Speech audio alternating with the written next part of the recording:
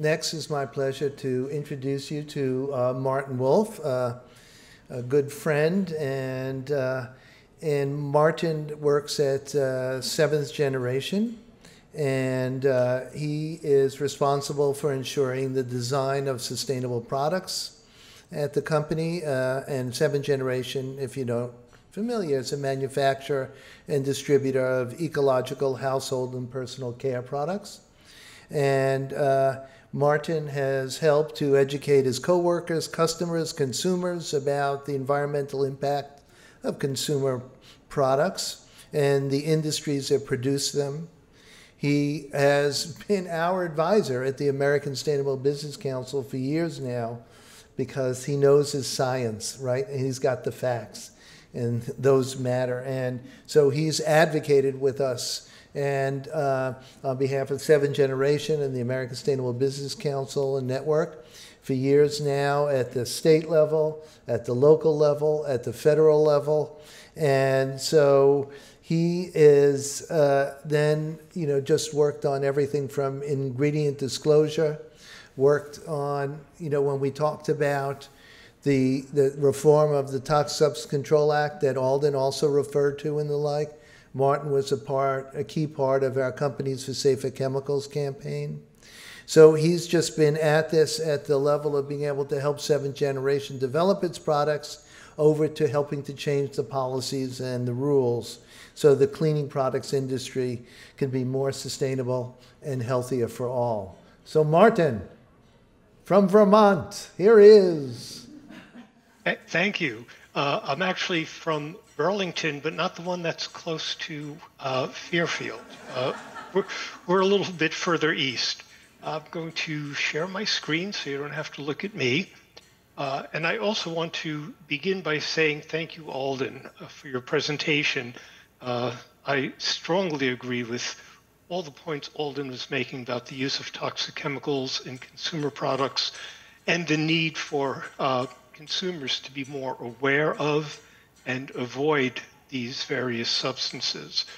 So I'm going to talk to you, if I can get my slides to move, there we are, briefly about Seventh Generation, briefly about resilience, and more about circularity and sustainability, and finally reiterate some of what David has been saying about sustainable businesses. Seventh Generation gets its name from the great law of the Haudenosaunee Nation. The Haudenosaunee is a confederation of 6 Native American nations. It formed in the 17th century, and their great law has many articles, just like the US Constitution. In fact, they say parts of the US Constitution were taken from the great law. And the one article that gives us our name states that in our every deliberation, we must consider the impact of our decisions on the next 7 generations. So instead of thinking about the immediate impact of our decision or even our 90-day impact, we're supposed to be thinking generations ahead, which is quite a challenge. The company also has a mission, which is to transform the world into a healthy, sustainable, and equitable place for the next 7 generations. So we're not just thinking about being a business and making a profit, but we're thinking about how our products and how we behave and how we advocate will create a healthier, more sustainable, and equitable world. As David mentioned, we make household cleaning products and paper products from recovered fibers. And we like to think we do business differently. We're members of the American Sustainable Business Network, and we're also a certified B Corporation. I'll talk very briefly about B Corporations toward the end of my presentation. So first, resilience. I think it's always important to begin by defining a word, because we all come to a meeting or a conversation with our own understanding and definitions. But one definition that I like is that resilience is the ability to absorb disturbance and still retain basic function and structure.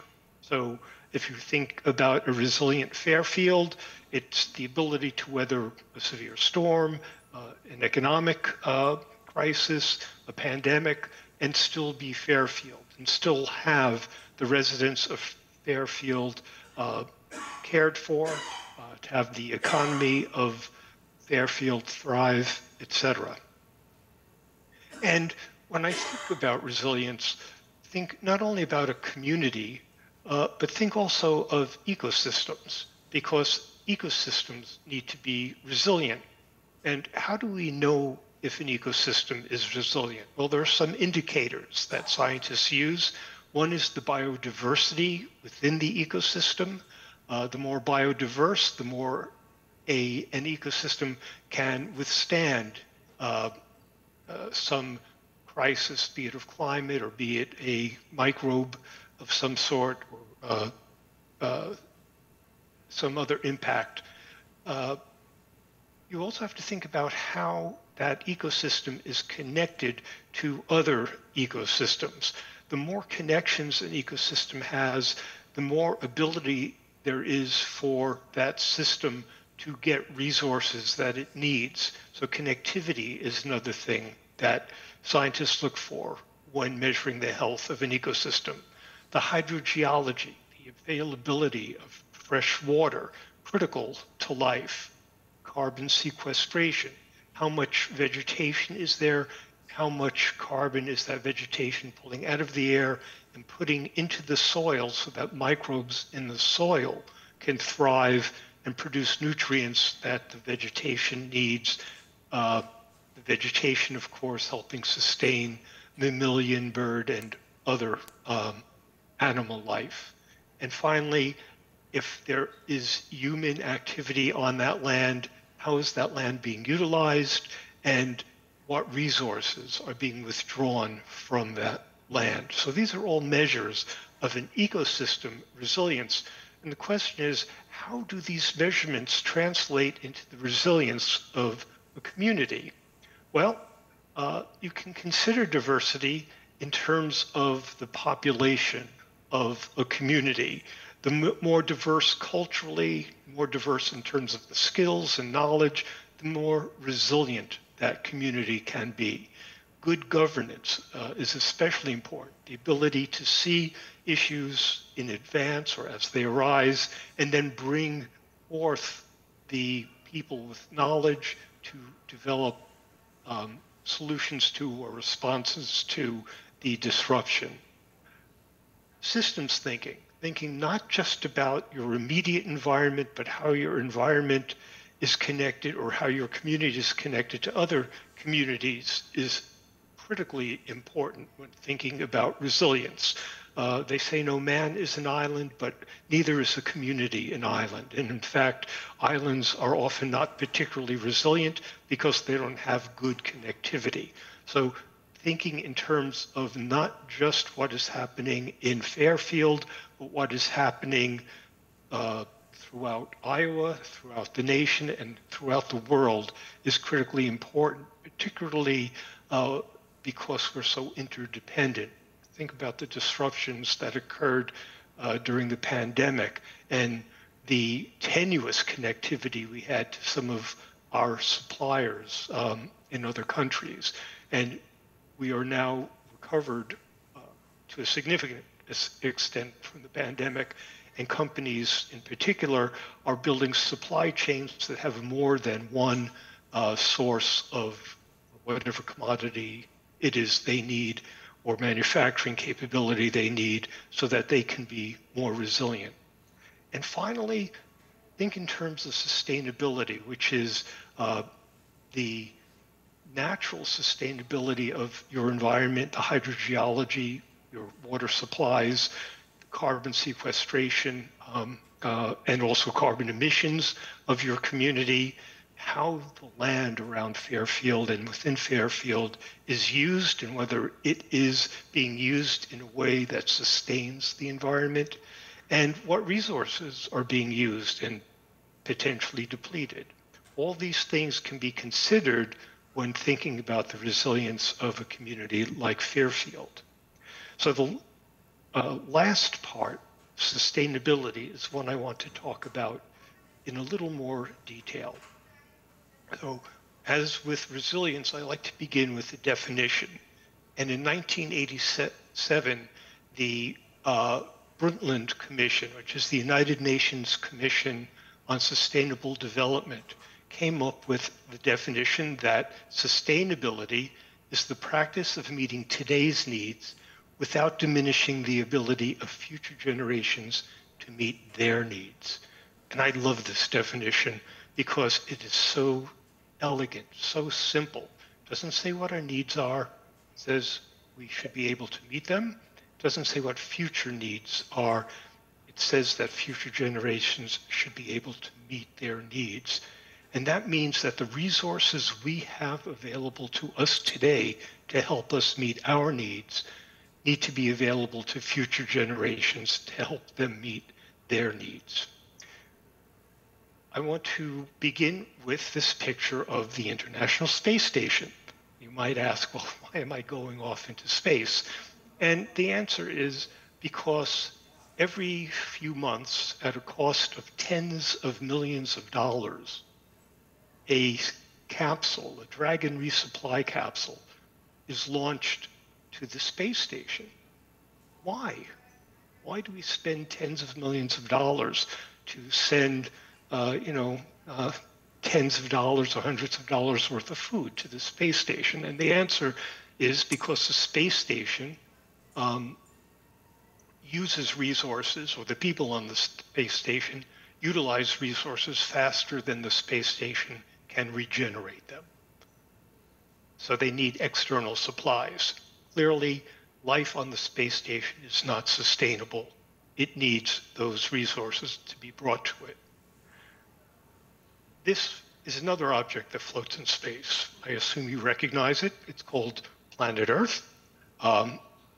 Buckminster Fuller, a futurist and architect of some renown, called it Spaceship Earth when pictures like this first started being returned to Earth from space.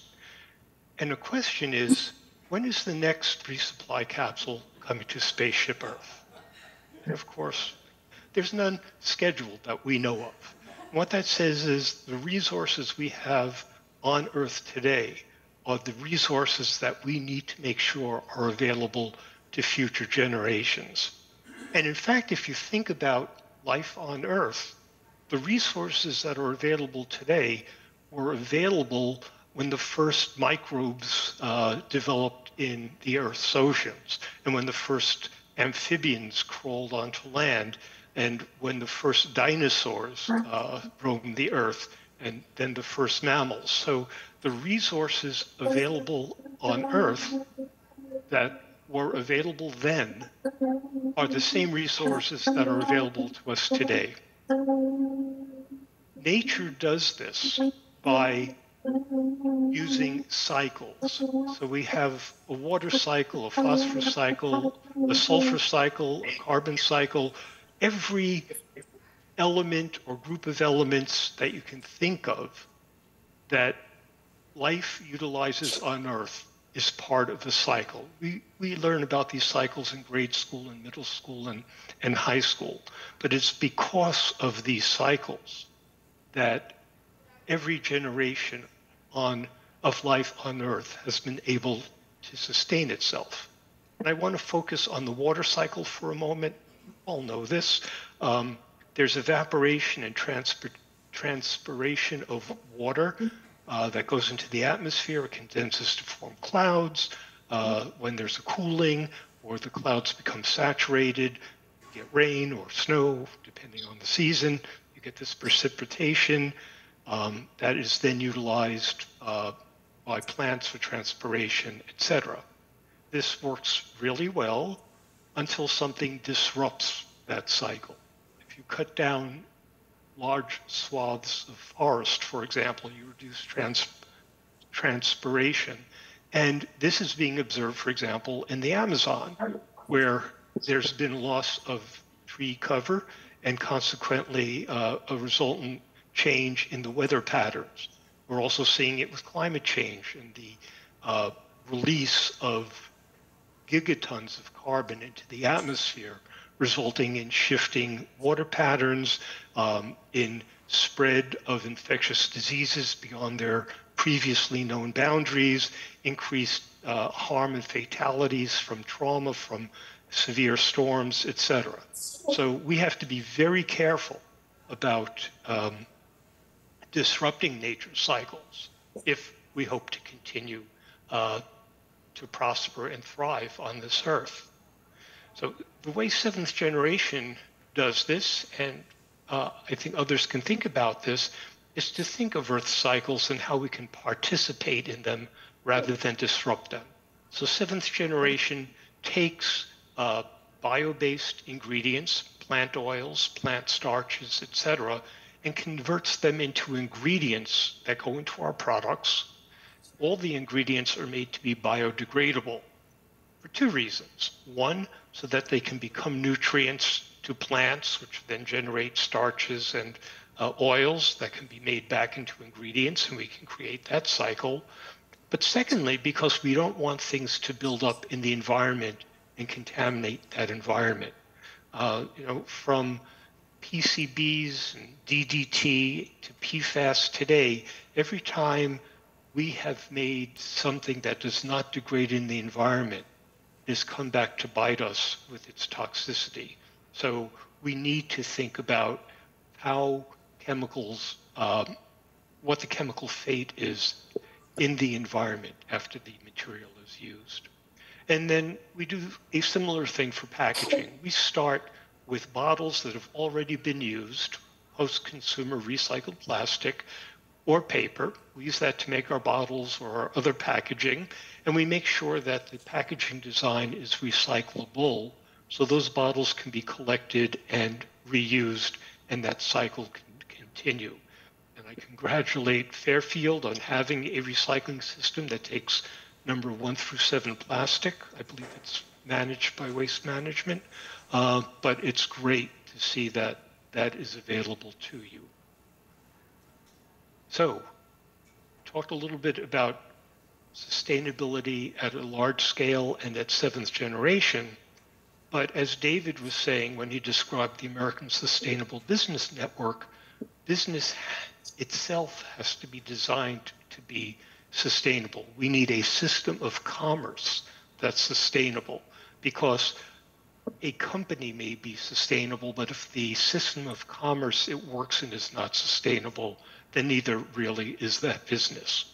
So the current business model is based on profitability, on getting materials and labor as cheaply as possible, selling at price the market will bear, to maximize return to shareholders.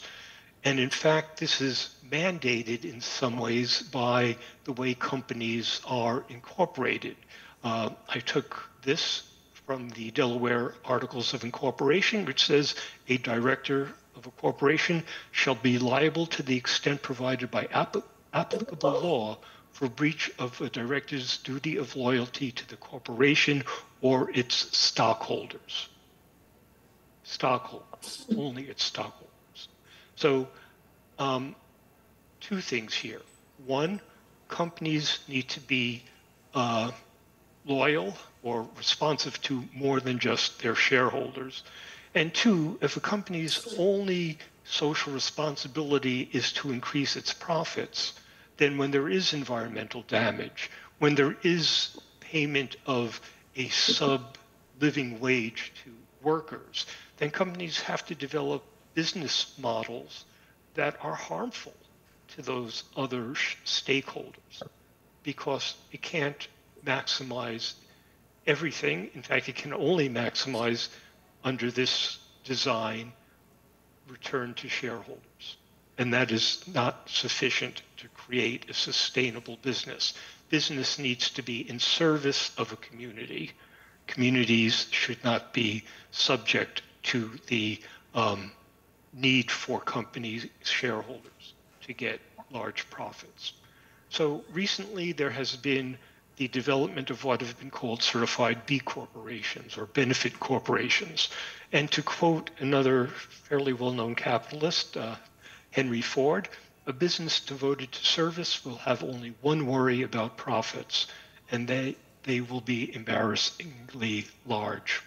And I take from the Maryland Benefit Corporation Articles of Incorporation the fact that a director shall consider stockholders, workers, customers, communities, and the environment.